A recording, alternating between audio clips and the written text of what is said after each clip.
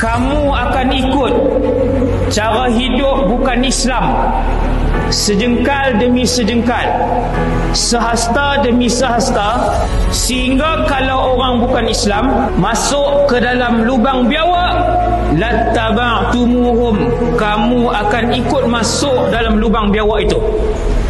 Sahabat tanya, ya Rasulullah, al-Yahudu wan Nasara, adakah nanti umat Islam akan ikut cara hidup, cara berfikir, cara makan, cara minum, cara berhibur, cara berpakaian, cara duduk, cara berjalan, cara hidup bukan Islam, itu adalah Yahudi dan Nasrani?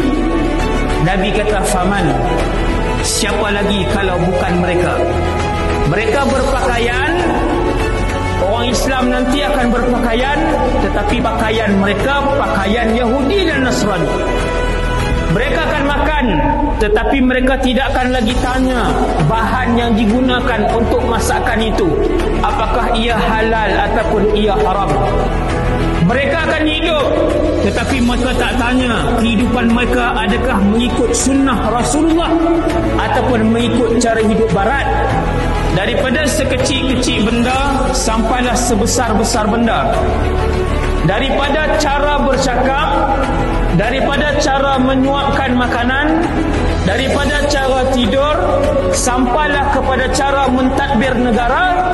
Mereka akan meniru cara Yahudi dan Nasrani. Daripada cara untuk berpakaian, memakai pakaian, Nabi ajak macam mana? Pakaian sekian-sekian Nabi ajak. Masuk ke dalam tandas, Nabi ajak masuk dengan kaki kiri, kemudian kencing dalam keadaan duduk, bukan berdiri, kemudian basuh kesan daripada najis tersebut. Sebelum masuk, Nabi kata, Allahumma inni a'udzubika minal khubuthi wal khaba'ith. Kemudian duduk dalam bilik ayak, tidak bercakap dengan orang lain, tidak memandang ke arah kemaluan, tidak memandang ke arah langit. Bila keluar daripada tandas, alhamdulillah alladhi azhaba anni al-adha wa afani. 10-15 ciri yang Nabi ajar, satu pun dia tak ikut. Dia masuk kaki kanan, kaki kiri, dia tak peduli. Dia nak berdiri, dia nak duduk, dia tak peduli. Kadang dia basuh, kadang dia tak basuh. Kadang dia bersembang dengan telefon, dia tak bersembang dengan telefon.